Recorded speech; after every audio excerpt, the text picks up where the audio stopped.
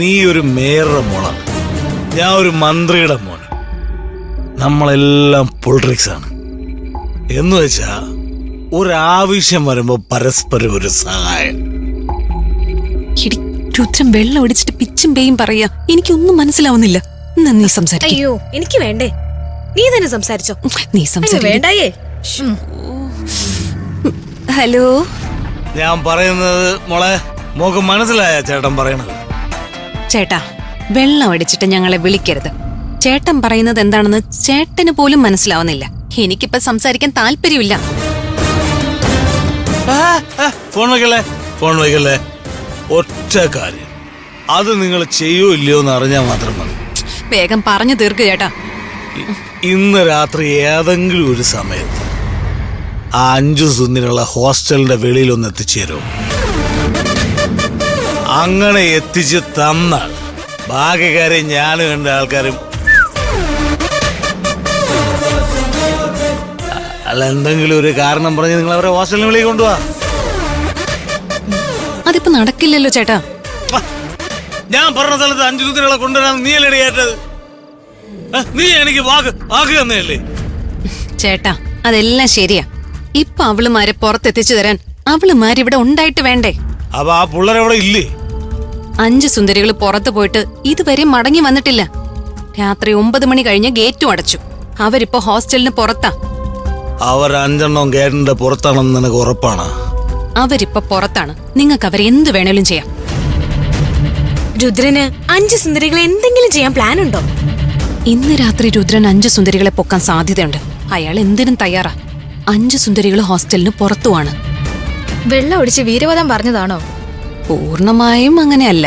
രുദ്രൻ എന്തെങ്കിലും ചെയ്യാൻ സാധ്യതയുണ്ട്. രുദ്രൻ ചെയ്യുന്നത് നമുക്ക് കാത്തിരുന്ന് കാണാം.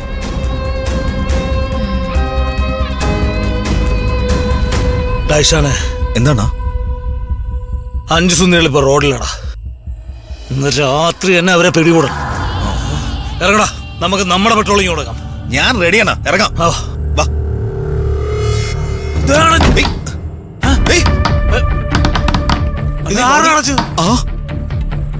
ലോക്കൊന്നും ഇല്ലണോ? ലോക്കില്ലേ? ഇല്ല.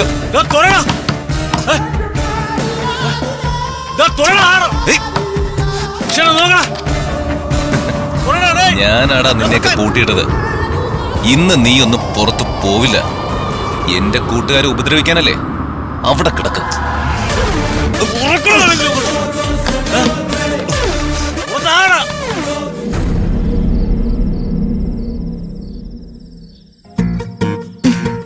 കുറെ നേരായല്ലോ, നീ എന്തീ നോക്കുന്നേ?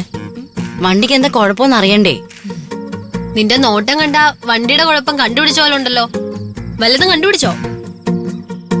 മേഘയെളുപ്പം എന്തിനാ വേറെ മെക്കാനിക്ക് അല്ലേ? മേഘ ആക്കല്ലേ, നിന്നെ കൊണ്ടൊക്കെ എന്തിനു കൊള്ളാം. വണ്ടി കേടായി നോക്കി നിക്കാന്നല്ലാതെ നിങ്ങളെ കൊണ്ടൊരു മണ്ണം കണ്ടും ചെയ്യാൻ കൊള്ളില്ല. നീ ചൂടാവാതെ പെണ്ണേ. കിരണേ, ആ മെക്കാനിക് ഇപ്പൊ വരുമോ? അയാൾ ഇങ്ങോട്ട് ഉടനെ എത്താന്ന് ഏറ്റതാ. ലൊക്കേഷൻ മാപ്പ് ഞാൻ സെൻഡ് ചെയ്തു. ഇപ്പൊ ഫോൺ എടുക്കുന്നില്ല.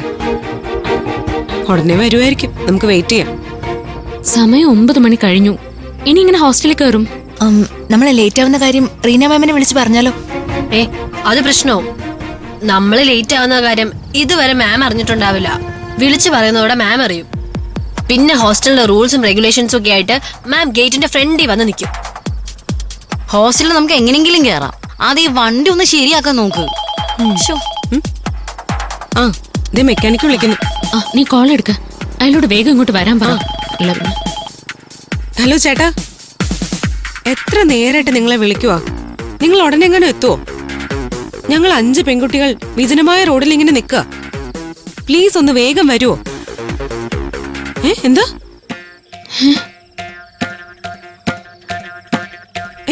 എന്താ വരാൻ പറ്റില്ലേ? അയാൾ വരില്ലേ? ചതിച്ചല്ലോ. എന്താ ചേട്ടാ ഈ പറയുന്നേ? നിങ്ങൾ വരാന്ന് പറഞ്ഞ് 1 മണിക്കൂർ ഞങ്ങൾ ഇവിടെ വെയിറ്റ് ചെയ്യിപ്പിച്ചു. എന്നിട്ടിപ്പോ വിളിച്ചു വരാൻ പറ്റില്ല എന്ന് പറയുന്നത് മര്യാദയല്ല. പ്ലീസ് ഒന്ന് വരുവോ? ഇല്ലേ? ഹലോ ഹലോ ചേട്ടാ, അയാൾ കോള് കട്ട് ചെയ്തു. അയാൾക്ക് വരാൻ ഉദ്ദേശമൊന്നുമില്ല. ഇനി അയാൾ കോൾ എടുക്കൂല. ദൈവമേ, നമ്മളോട് പെട്ടുപോയല്ലോ. നമ്മളിനി എന്ത് ചെയ്യും? വണ്ടി ശരിയാക്കാതെ പോവാനും പറ്റില്ലല്ലോ. ശരിക്കും ആരവിന്റെ വില നമ്മൾ ഇപ്പോഴാ അറിയുന്നത്. അവൻ കൂടെ ഉണ്ടായിരുന്നെങ്കിൽ നമ്മൾ വണ്ടി കേടായി വഴി നിൽക്കേണ്ട അവസ്ഥ വരില്ലായിരുന്നു.